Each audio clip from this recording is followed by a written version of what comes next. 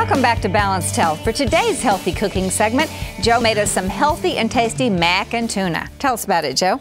Well, Shirley, we have talked in previous shows before about the fact that America loves pasta. And one of the things that people will do is they'll hear about carbohydrates, so they'll try and eliminate them from their diet, and they'll do something like have tuna fish for lunch. Okay, just plain tuna fish. Plain tuna fish, Yeah. or maybe even a little mayo or whatever. But and so, okay, that's a fairly low-calorie meal, and there's very little carbs in it. But an hour later, they're hungry. And what happens then is you have a physical stress response in the body. And that physical stress response results in things like cravings. Right. You know, and you know how aggravating that is, and it's just, it actually takes you backwards in your health quest. It really does. I just had that happen yesterday.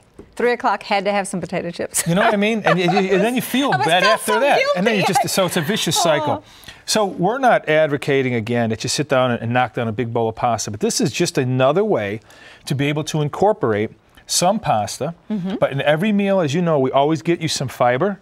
We get you some veggies, we get you good quality protein, and here we'll let you have a little fun with the pasta. But you eat less of the pasta, whether you're using rich flour pasta or whole wheat pasta, you'll eat less of it because you'll fill up on things like here we have legumes in here with the peas. Well, yeah, the peas are very filling. So. And you could put broccoli in this, or you could put asparagus bits in this, or green beans. People use different things.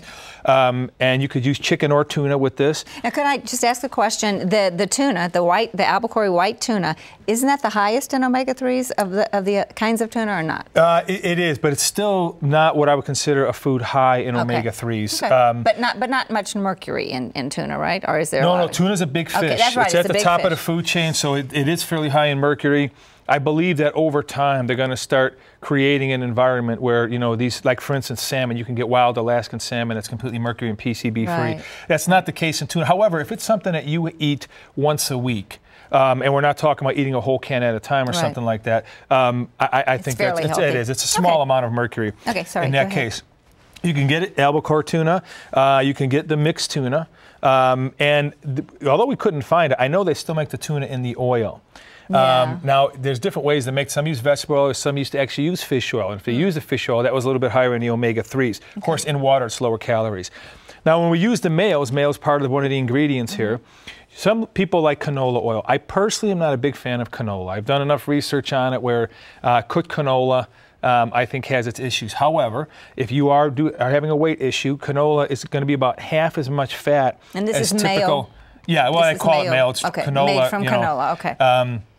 And then you have your typical brands of mayonnaise. Some are lower in fat. Sometimes they'll use the egg whites instead of the whole egg. That's one way to cut some fat. And then you have things that, this is my favorite, it's a brand called Hain, and it's made from safflower.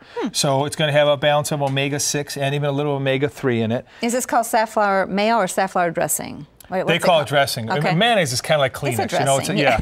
So we take all this and we mix it together. And again, you know, we put in the tuna for protein. We put in the legumes or broccoli, whatever, for your greens, and, you know, and your fiber. And then you wind up using less pasta. It's great for lunch. It's one of those things you can make a big bowl of and take, you know, for several days at a time. Please take a taste. Have a little taste. And is this whole wheat shells? This particular batch is not, but we make it both ways. I thought they were white. No wonder they're so yummy. And a lot of times, you see what happens. It's kind of weird how that tuna fills up inside that shell there, and you get like a tuna peck shell. This is one of my favorite lunches, and some people use celery and onions, some people don't. You can garnish it up a lot of different ways. But it's a great way to fill up and not have so much pasta. Great. You can always get those recipes. Oh, this has been such a good show. Well, to download this recipe, mac and tuna, and all the other recipes, go to tln.com and then click on shows and then on Balanced Health. That's all the time we have, and we want to thank Dr. Walt Larimore for taking the Alternative versus Traditional Medicine Challenge. It was great. If you'd like a copy of this show, give us a call and order a DVD right now. To submit your health questions, email us at balancedhealth@tln.com or call the number on your screen and we'll answer them on the air. For Joe Costello and myself, thanks so much for joining us. We'll see you next time right here on Balanced Health. God bless.